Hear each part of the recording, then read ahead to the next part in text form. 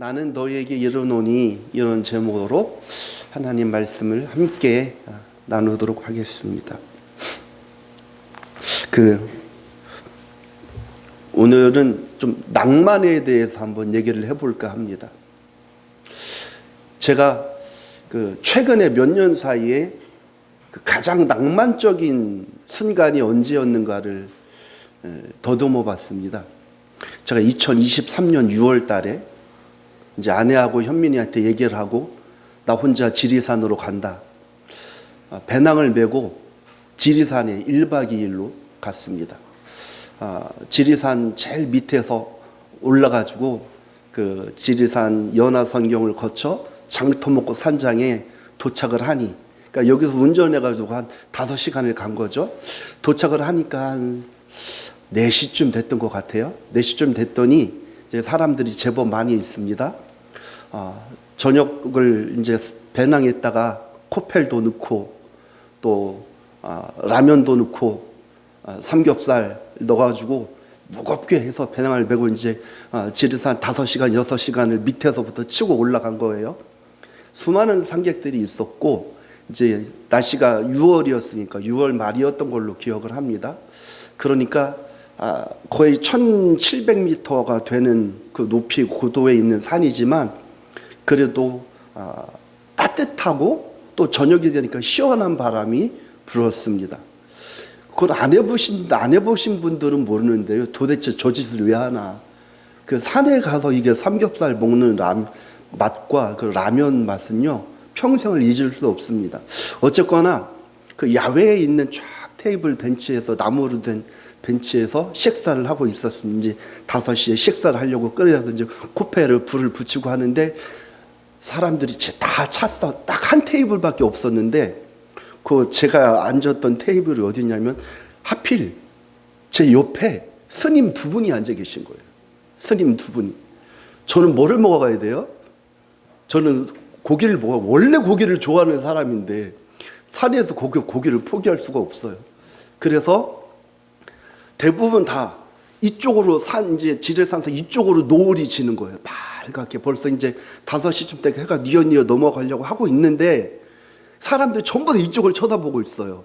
근데 저는 고기를 이렇게 구우면 냄새가 일로 갈 것 같으니 스님들한테 나름대로 좀 죄송한 마음이 있어서 이렇게 돌아서 이제 굽고 있었습니다.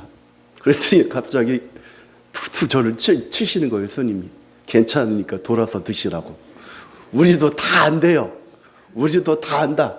소고기 먹으면 3일 가고 돼지고기 먹으면 일주일 힘이 간다는데 돼지고기 갖고 오셨네요 하면서 괜찮다고 드시라고.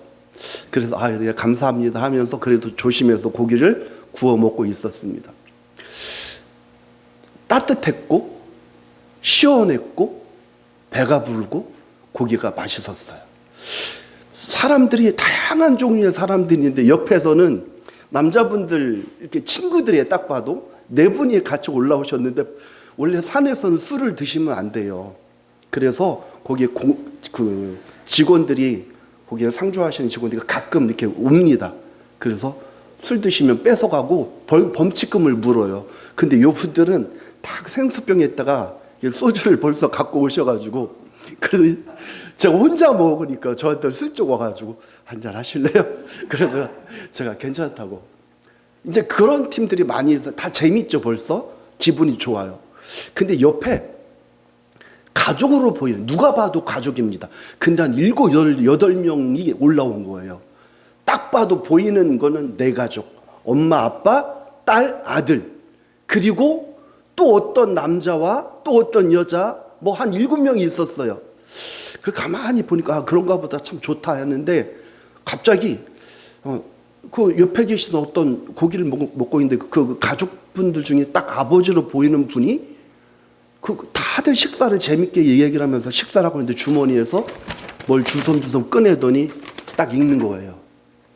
사랑하는 딸아, 네가 이렇게 예쁘게 커서 시집을 간다고 하니 아빠 마음이 참 행복하기도 하고. 그러니까 갑자기요 주변이 막 떠들다가 또 그분이 참 용기도 일부러 그러셨는지 모르겠는데 고기를 먹는데 갑자기 일어서서 읽으시니까 거기 최소 4, 50명이 있었거든요. 근데 보세요. 그 산 정상에서요. 갑자기 사람들이 와서 술 먹고 막 고기 먹고 떠들고 있다가 갑자기 조용히 듣는 거예요. 그러니까 이제 사람들도 대충 분위기 감지한 거죠. 대충 내용을 알았습니다. 사랑하는 딸아, 네가 이렇게 이쁘게 커서 하고 시집을 가서 아빠 마음이 참 기쁘기도 하고 또 그동안 많은 일들이 주마등처럼 스쳐가면서 행복하구나. 오늘 뭐 엄마 아빠는 네가 행복하기를 뭐 그런 내용들이 있던 것 같아요. 그때 엄마가요 고기를 구워요. 엄마는. 근데 고기를 숙이고 고기만 굽는 거예요. 누가 봐도 알아요. 엄마는 울어요. 엄마는 고기를 굽고 그 옆에서 한 남자가 죄인처럼 이렇게 서 있는. 걔는 누굴까요? 도둑놈이에요, 도둑놈. 네, 사이죠. 죄인처럼 이렇게 서 있고 그 또 다른 남자애와 또 다른 여자애들이 이렇게 다리를 꼬고 앉아 있어요. 그러니까 동생이거나 친척들이에요. 그러니까 사인을 올려가지고 이렇게 노을이 빨갛게 제가 사진을 좀 저기 센스가 없네요. 이렇게 설교를 준비하면서 제가 그때 카메라를 갖고 와서 멋진 사진을 찍었거든요. 그 정말 붉게 그 이문세의 붉은 노을이라는 노래 아십니까? 그 붉은 노을처럼요. 산 너머에는 노을이 빨갛게 타고 들어가고 있는데 거기서 그걸 읽고 엄마는 고개를 숙이고 고개를 굽고 사이는 죄인처럼 서 있고 근데 그 와중에 새들이 울어요. 새소리가 얼마나 예쁘던지 그 바람, 그 공기, 그 순간 그 빨간 하늘 그리고 제 옆에서 고기 드셔도 된다고 했던 스님들의 모습이 고스란히 제 기억에 남습니다. 너무너무 낭만적이고 아름답고 예뻤던 뭐 제가 산을 좋아하지만 이런 일련의 일들 때문에 다니는 것 같기도 합니다. 너무너무 기억에 남습니다. 예. 여러분들은 낭만적인 순간 있으세요? 어떤 분들은 뭐 저와 같은 이런 시간을 대부분 사람들이 찾을 겁니다. 나 해외에 갔는데요, 목사님. 유럽에 갔더니 저는 아직 유럽은 못 가봤는데요. 유럽을 다녀오신 분들이 너무 이쁘대요. 유럽은 뭐 옛날 유럽 같지 않지만 지금은 뭐 세계 어디를 가도 사실은 대한민국이 최고입니다. 뭐 자연이야 유럽이 더 좋겠지만 사는 건 대한민국이 제일 좋죠. 유럽을 다녀오신 분들이 많은 얘기를 하는 걸 들었습니다. 뭐 스위스의 어느 곳에서 혹은 이탈리아의 어느 길 노천 카페에서 에스프레소를 마시는 그런 모습들. 또 어떤 분들은 동남아를 간다 그렇게 좋더래요. 동남아 뭐 해변에 가니까 뭐 보라카이도 좋고 그런 얘기들 쭉 하는 걸 들었습니다. 여러분 이런 거 생각하시잖아요. 저와 같은 또 어떤 분들은 좋은 호텔에 앉아서 딱 밖에 경치를 보면서 식사를 하고 와 낭만적이다 이런 얘기들 합니다. 제가 보낸 순간 또 지금 말씀드렸던 여러 순간들 낭만적인 거 맞죠? 예, 낭만적인 거 맞습니다. 제가요,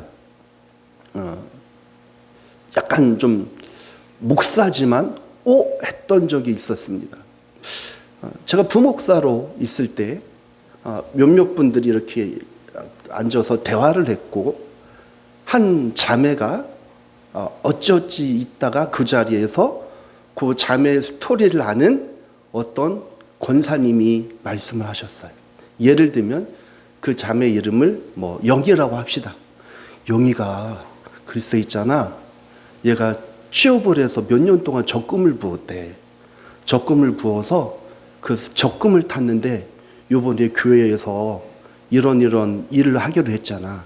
그래서 헌금을 드리기로 했잖아. 근데 그 적금탕을 고스란히 다 드렸대. 이런 얘기를 한 거예요. 그랬더니 거기에 있던 몇몇 분들이 진짜? 대단하다. 역시 믿음 좋네. 깜짝 놀랐다. 걔가 그런 줄 몰랐어. 근데 그때 한 권사님이 무슨 말씀을 하셨냐면 제가 그 얘기가 너무 마음에 남아요. 그 권사님이 그때 뭐라고 했냐면 너무 낭만적이다. 너무 낭만적이다 그러는 거예요. 제가 그 얘기를 그냥 잊혀졌었어요. 잊고 있었는데 설교를 준비하면서 그 권사님의 그 이야기가 떠올랐습니다. 너무 낭만적이다. 여러분 낭만적인가요? 예. 엄청난 희생 아닙니까? 엄청난 희생. 그 대학을 졸업하고 몇 년 동안 적금을 들고 일을 했어요. 이거 본인의 시집갈 자금으로도 써야 될 테고 본인의 계획도 있어야 할 것이고 있고 또 뭐 얼마나 젊은 친구들 하고 싶은 일이 많겠습니까? 근데 그거를 고스란히 하나님께 드렸다는 거예요. 이거는 큰 희생입니다. 그런데 다들 와 대단하다, 와 믿음 좋다 했는데 낭만적이라는 거예요. 가만히 말씀을 준비하면서 이번 주에 생각했습니다. 아 이게 진짜 낭만적이구나. 김유신 목사가 지리산 어느 꼭대기 지점에서 그 노을을 보는 것, 그것들과는 비교할 수 없는 진짜 낭만이 있구나 하는 것을 제가 깨달았습니다. 여러분 신앙은 처절합니다. 제가 늘 말씀드리죠. 신앙생활은요 전쟁입니다. 이 전쟁터 같은 치열한 세상 속에서 우리는 하나님을 섬겨야 하는데 그런데 또 세상은 뭐라고 하냐면 돈이 최고예요. 돈이 없으면 예수 믿는 사람도 굶어요. 돈이 없으면 예수 믿는 사람도 슬퍼요. 그리고 내가 높은 자리를 가야 돼요. 예수 믿는 사람도 경쟁해야 되지 않습니까? 예수 믿는 사람도 경쟁합니다. 하나님 아무리 잘 믿어도요 경쟁해서 지면 낙오되고 도태될 수밖에 없습니다. 그러니 신앙생활은 전쟁입니다. 그런데 우리는요 이 프레임만 가지고 이 관점만 가지고 살아가는 것 같아요. 눈물. 그러니까 우리 특별히 한국적인 정서는 어떻습니까? 눈물이에요. 그냥 막 일단 찬송을 하면 여기 미간부터 이렇게 찌그러지는 거죠. 이렇게 탁 돼가지고 신앙생활 하면 눈물이고 고통이고 막 울어야 되고. 그런데 가만히 생각을 하니 우리가 하나님 앞에 우는 그 울음이 저와 여러분이 하나님 앞에 드린 그 치열한 헌신이 이게요 치열함을 넘어선 아주 고상한 아주 거룩한 낭만이라는 생각이 들었습니다. 여러분 하나님 앞에서 신앙생활 하시잖아요. 여러분 우리가 정말 여러분이 더 멋지게 더 낭만적으로 살아가실 수 있기를 바랍니다. 이게 우리 가운데 이런 모습이 이미 있다는 거예요. 이미 있다는 거예요. 오늘 예수님께서 그 말씀을 하시는 겁니다. 오늘 설교의 제목이 뭐예요? 나는 너희에게 이르노니. 예수님께서 사람들한테 뭔가를 알려주셨어요. 근데 뭐를 알려주셨습니까? 보세요. 5장 38절에 뭐라고 되어 있습니까? 또 눈은 눈으로 이는 이로 갚. 이게 뭡니까 여러분? 예. 이스라엘 전통의 율법입니다. 네 눈을 뺐어? 너도 눈 빼. 괜찮은 거예요. 율법에 그렇게 기록돼요. 율법에. 괜찮은 거. 네 이를 부러뜨렸어? 그럼 너도 이를 부러뜨려. 통쾌하지 않습니까? 시원하잖아요. 예. 눈은 눈으로 이는 이로 갚으라. 이것이요 당시 이스라엘 사회를 지배하던 원칙이었습니다. 그리고 이스라엘 사회를 지배하던 그 율법사들, 그 높은 고위층에 있던 바리새인들, 율법사들, 정치인들, 종교인들 전부 다 이 율법에 매여서 그 고대 율법을 가지고 그것을 잘 지키면, 그것만 잘 지키면 그들의 중심이 어떻든 간에 나는 하나님 앞에서 되게 괜찮은 사람이라고 스스로 잘난 척하고 자부하면서 살았습니다. 그런 사회 속에서 예수님께서 오셔서 말씀을 주신 거예요. 새로운 삶의 방향을 알려주신 거예요. 나는 너희에게 말하는데 야 눈은 눈으로 이는 이로. 그래 이게 맞지. 통쾌하고 치열하고 이렇게 살아야지. 여기엔 기본적으로 뭐가 있습니까 여러분? 지지 말라는 겁니다. 지지 말라. 예. 근데 예수님께서는 다른 이야기를 하시는 거죠. 또 그렇게 한다는 것을 너희가 들었으나. 자, 그 다음 뭐라고 하십니까? 나는 너희에게 이르노니. 율법보다 크신 하나님 자신이 오셔서 말씀하시는 거예요. 내가 너희들한테 말하는데 너희들 이제 그런 삶의 방법에 매이지 말라는 거예요. 매이지 말라. 그래서 해주신 말씀이 뭐예요? 오른편 뺨을 치면 왼편도 돌려대며. 죄송합니다. 제가 한 1, 2주 전에 저희 태양이, 처조카죠. 태양이 하고 놀다가 태양이한테 뭘 알려줬어요. 뭘 알려줬냐면 태양이가 좀 작잖아요. 그래서 제가 물어봐요. 태양아, 학교에서 친구들하고 막 싸운 적 있어? 없대요. 그래? 그래. 그럼 태양아, 너 학교에서 친구들이 괴롭히면 어떨 거까? 하지 마, 이럴 거라는 거예요. 그럼 하지 마 하면은 친구들이 때리면 어떨 거니까. 그래서 선생님한테 일른대요. 그래서 태양아, 남자는 일르는 거 아니야. 선생님한테 일러서 해결하면 좋지만 안 그럴 때도 있어. 봐봐, 이모부 때려봐. 이렇게 소리를 대니까 이렇게 때려요. 태양아, 그렇게 때리면 안 돼. 그렇게 때리면 안 돼. 주먹을 쥐고 이렇게 주는 거야. 이렇게. 아니야, 주먹을 그렇게 쥐는 게 아니야. 이렇게 쥐는 거야. 그래서 제가 그랬어요. 이렇게 했으면 친구들하고 싸우면 때려. 그랬더니 얘가 어떻게 때리냐요? 눈을 때려. 죄송합니다. 제가 그랬어요. 태양이한테. 걱정이 되는 거죠. 이모부 마음에. 아이가 좀 작고 그러니 친구들 괴롭히면 어떨까. 뭐 본인이 태권도를 다니고 잘한다고 본인이 생각을 하지만 우리 학생 시절을 지내왔던 우리 남자 어르신들은 알 거예요. 어른들은 다 알 거예요. 이 태권도와 싸움은 다릅니다. 그래서 안 맞아야 되겠다. 어떻게? 눈을 때려. 그래가지고 현민이가 어릴 때 쓰던 글러브를 갖다 주고 이렇게 앉았어요. 자, 이모부 얼굴을 때려봐. 톡? 아니야. 그렇게 때리면 안 돼. 세게 때려. 겁이 나는 거. 이모부 얼굴을 자기가 때리면 어떻게 될까? 태양아 아무리 세게 때려도 이모부는 아프지 않아. 때려봐. 시켰습니다. 죄송합니다. 이게 사실 이 시대를 살아갈 때 이게 맞는 거 아닌가요? 이게 맞아요. 근데 예수님은 뭐라고 말씀하시냐면 그렇게 하지 말래요. 이게 무조건 지라는 게 아닙니다. 여러분, 길을 가다가 악한 강도가 공격을 해요. 나쁜 사람이. 그럼 제가 목사니까 그냥 막고 있어야 되나요? 누가 칼을 들고 달려들면 어떻게 되죠? 방어하고 제압해야죠. 길을 가다가 누가 여러분 거 뺏어가려는데 가만히 뺏깁니까? 내 걸 지켜야 되죠.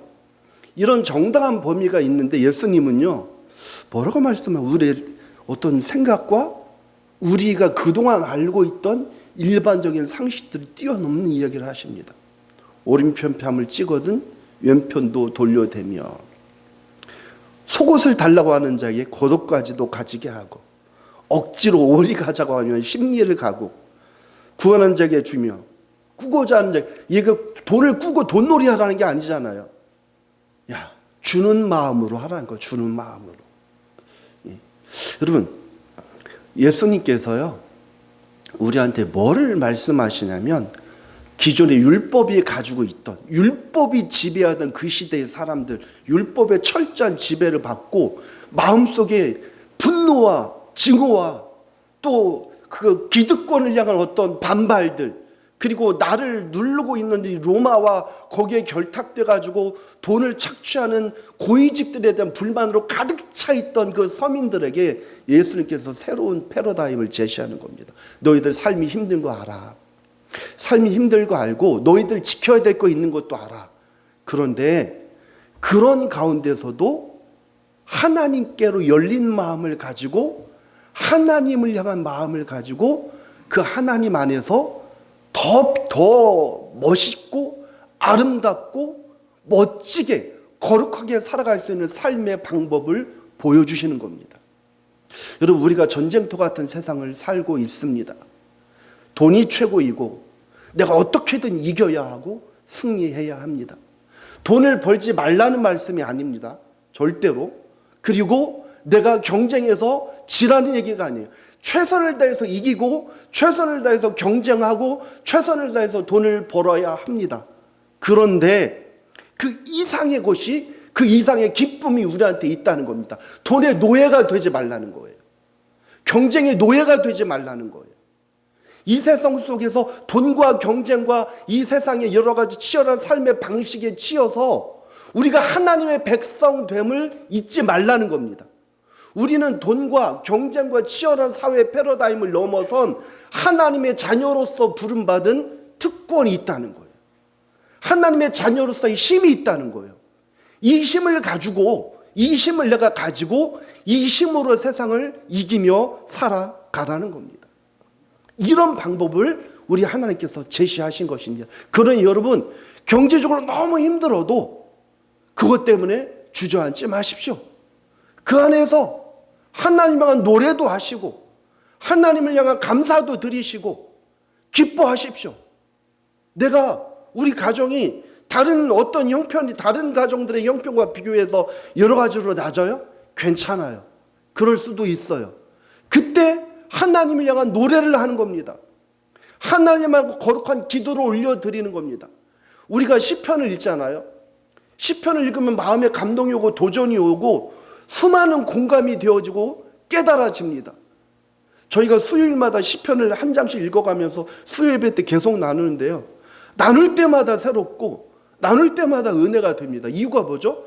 다윗이요, 그 치열한 전쟁터 같은 그 엄청난 그 고통 속에서 하나님 앞에 울었던 내용들이에요. 하나님 앞에 눈물로 기도했던 내용들을 우리가 지금 보는 거예요. 근데 다 우리 얘기 같아요. 다 나의 이야기 같습니다. 그런데 다윗은 그 가운데서도요, 낭만이 있었어요. 여호와는 나의 목자시니 내가 부족함이 없으리로다. 그가 나를 푸른 초장에 누이심. 다윗은 푸른 초장을 걷던 사람이 아니에요. 사울의 칼날을 피해서 새우잠을 자야 되고 이슬 맞으면서 잠을 자야 됐던 사람인데 다윗은 뭘 노래하냐면 푸른 초장을 노래하는 거예요. 원수의 목전에서 내게 상을 베풀어 주신대요. 아니, 원수가 칼날을 들고 오는데 거기서 근사한 한 끼 식탁을 하나님이 차려주신다는 확신을 했어요. 오늘 예수님께서 내가 너에게 이른다, 이 말씀이 뭐죠? 이 전쟁터 같은 세상에서 열심히 살아가라는 겁니다. 그러나 잊지 말라는 겁니다. 너희는 하나님의 자녀야. 그러니 눈물과 고통과 막 그런 한탄과 탄식만이 아니라 그 안에서 하나님을 노래하라는 거예요. 그 안에서 기뻐하라는 거예요. 그 안에서 사랑하라는 거예요. 그 안에서 양보하라는 겁니다. 얼마든지 어떤 내 마음에 맞지 않는 어떤 상황을 만나면 불평할 수 있어요. 아, 이거 왜 그래? 아, 왜 이거밖에 안 돼? 근데 그때 웃으라는 거예요. 이게 낭만인 거예요, 여러분. 믿는 자들의 거룩한 낭만. 예, 좋은 낭만도 즐기십시오. 돈 많이 벌어서 좋은 곳도 가시고 뭐 하셔도 돼요. 근데 그런 것만 쫓아다니면 안 된다는 거예요. 여러분 삶 속에 정말 하나님과의 기억될 만한 현장이 있으세요? 이게 있어야 되는 거예요. 저는 그 지리산의 그 순간을 기억하잖아요. 근데 제가 그런 걸 떠올릴 것처럼 제 마음속에 와, 나 하나님 앞에서 주님을 위해서 내가 이런 게 있었어. 이런 순간이 있어야죠. 근데 이거는요, 기본적인 이 태도, 왼뺨을 떼면 오른뺨도 돌려대, 그리고 속옷을 달라면 겉옷까지 줘. 이런 태도와 자세가 없으면 하나님과의 그 아름다운 그 순간들이 만들어지지가 않는 거예요. 여러분들이요, 그런 순간을 갖기를 원합니다. 여러분들, 그러니까 뭐냐면 지금 삶이 치열하고 더 눈물겨우면 눈물겨울수록 지금이 찬스예요. 하나님 앞에서 그런 순간을 아름답게 멋지게 만들어 가시기를 바랍니다. 이렇게 신앙생활을 해야 되는 거예요. 다시 한번, 신앙생활은 전쟁터고 치열합니다. 근데 거기에만 매몰되잖아요. 너무 사람이 각박해져요. 너무 막 그냥 좁아져요. 근데 그 안에서도요, 웃을 수 있는 여유. 아, 나는 돈이 없지만, 나는 지금 지긋지긋하게 힘든 상황을 보내고 있지만 나는 여전히 하나님의 자녀야. 그러니 내가 웃을 수 있는 여유. 사람이 나한테 못되게 했어요? 한번 툴툴 털어줄 수 있는 이 여유, 이거를 가지셔야 합니다. 우리 안에 이게 있어야 되는 거예요. 예수님께서 십자가 이제 죽음을 앞두고 제자들과 함께 겟세마네 동산에 기도하러 올라셨어요. 야, 내가 기도할 터이니 너희들 기도해. 너희들도 여기서 같이 기도해라. 그래서 제자들 몇몇을 두시고 예수님은 저쪽에 떨어지고 있어서 이 땀방울이 핏방울처럼 뚝뚝 떨어지도록 기도를 하셨어요. 얼마나 간절한 기도였을까요? 정말 간절한 기도. 본인의 목숨이 달린 기도잖아요. 예, 간절한 기도. 근데 돌아와 보니 제자들은 다 자요. 그때 예수님께서 뭐라고 말씀하시죠? 야, 마음에는 원이로되 육신이 약하구나. 제자들을 보면서 그냥 혼낼 수도 있었어요. 야, 이놈들아, 니들 내 마음도 모르고 이렇게 엎어져 잠이나 자고 있어? 혼낼 수도 있는데 예수님은 제자들 사정을 알았어요. 야, 그래, 니들 기도하고 싶진 하지만 육신이 약하니까 저 같으면 이렇게 못할 것 같아요. 이것들이 진짜 니들이 내 마음 이렇게 몰라? 다 엎드려 뻗쳐. 이렇게 되지 않나요? 예수님은 그래. 근데 예수님이 그렇게 얘기를 하셨는데 그 안희숙 씨는 뭐라고 했냐면 나중에 이제 그 안희숙 씨 글에 보니까 제자들의 그 잠든 모습을 보면서 안희숙 씨가 그럴 수도 있지 라고 한 거. 그럴 수도 있지. 예, 가만히 생각하니까요, 그럴 수도 있을 것 같습니다. 우리는요, 내가 당하는 어떤 부조리한 일, 내가 당하는 어떤 억울한 일에는요, 말이 안 된다고 생각을 합니다. 그럴 수 없어. 말이 안 돼. 근데 여러분, 우리가 이 시선을 바꾸는 게 필요한 거야. 그럴 수도 있지. 나한테 이런 사건이 왜 터졌지? 그럴 수도 있는 거. 왜요? 그게 하나님께서 우리에게 허락하신 인생입니다. 그럴 수도 있는, 그렇기를 원치 않지만 그럴 수도 있는 수많은 일과 수많은 사건들이 우리 인생 속에 들어와서 우리 인생을 막 송두리째 흔들어 놓을 때가 있어요. 내가 그동안 50년, 60년을 살면서 읽어놨던 삶의 기반들이 막 흔들릴 때가 있어요. 근데 그때 왜 이런 일이 일어나지? 이게 아니라 그럴 수도 있는 겁니다. 그럼 우리는 어떻게 되죠? 정신을 바짝 차리고 나는 하나님의 백성이고 하나님의 자녀임을 알며 거기에서 믿음으로 대처해 나가는 겁니다. 이렇게 살아가라고 주님께서 이 말씀을 하신 거예요. 야, 때리면 왼쪽으로 때리면 너도 왼쪽 돌려주고 눈을 빼면 눈 빼고, 그게 아니라는 거예요. 그게 아니고 너희들 더 큰 마음과 넉넉한 가슴을 가지고 하나님의 자녀로서 째째하지 않게 살라는 거예요. 돈이 많으면 여러분, 돈이 많으면 안 째째합니까? 아니면 높은 자리에 가면 안 째째합니까? 그 째째함은요, 돈과 높은 자리와 상관없는 것 같습니다. 없어도요, 정말 호통하시고 정말 잘 나누시고 하나님 앞에, 사람 앞에 인색하지 않은 분들 하나님이 틀림없이 복을 주실 겁니다. 반대로 많이 있어도요, 너무 째짠 사람들 많아요.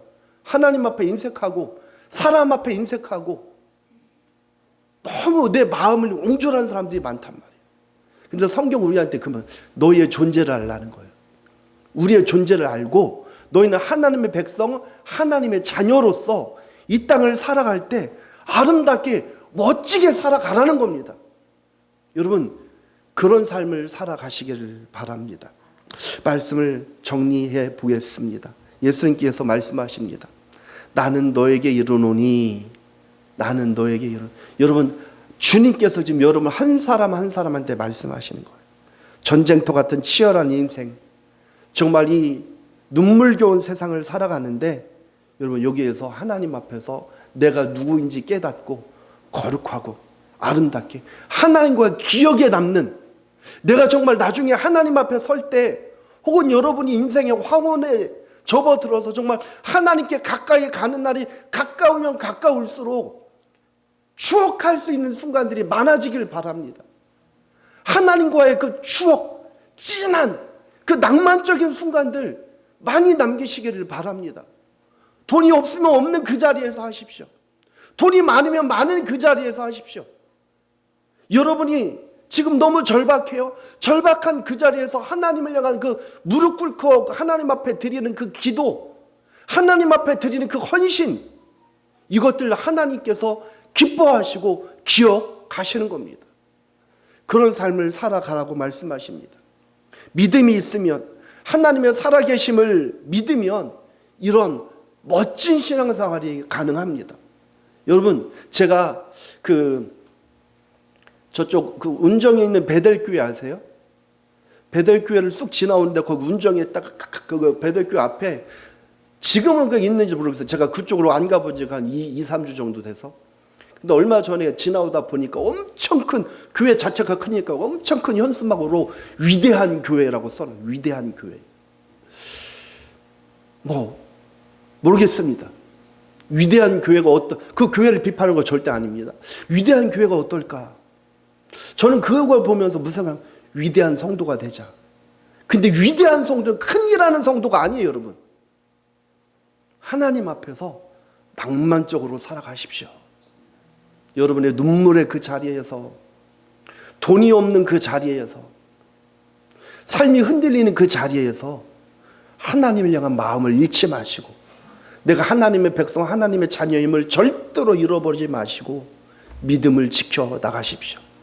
유혹을 이겨내시길 바랍니다. 이게 멋진 낭만 아니에요? 젊은 세대의 청년들이 막 세상으로 빠질 수 있는데 나는 믿음으로 그 유혹을 끊어내는 거 멋지잖아요. 나는 그 유혹 따라가서 쾌락의 자리에 가서 이 낭만 포기하고 하나님 앞에서 하나님이 기뻐하시는 진짜 낭만을 만들어 가시길 바랍니다. 내가 돈을 이렇게 쓸 수 있어요? 그래, 내가 이거 가지면 좋지만, 그래, 나는 다르게 쓸 거야. 이런 낭만이죠. 내가 아파요. 그렇지만 난 하나님 앞에 기도자로 살 거야. 이런 아름다운, 하나님이 기뻐하실 만한 거룩한 그런 삶을 여러분이 살아가실 수 있기를 바랍니다. 그렇게 부르셨으니 그렇게 부름 받은 대로 한 주간 동안도 승리하시기를 주님의 이름으로 축원합니다.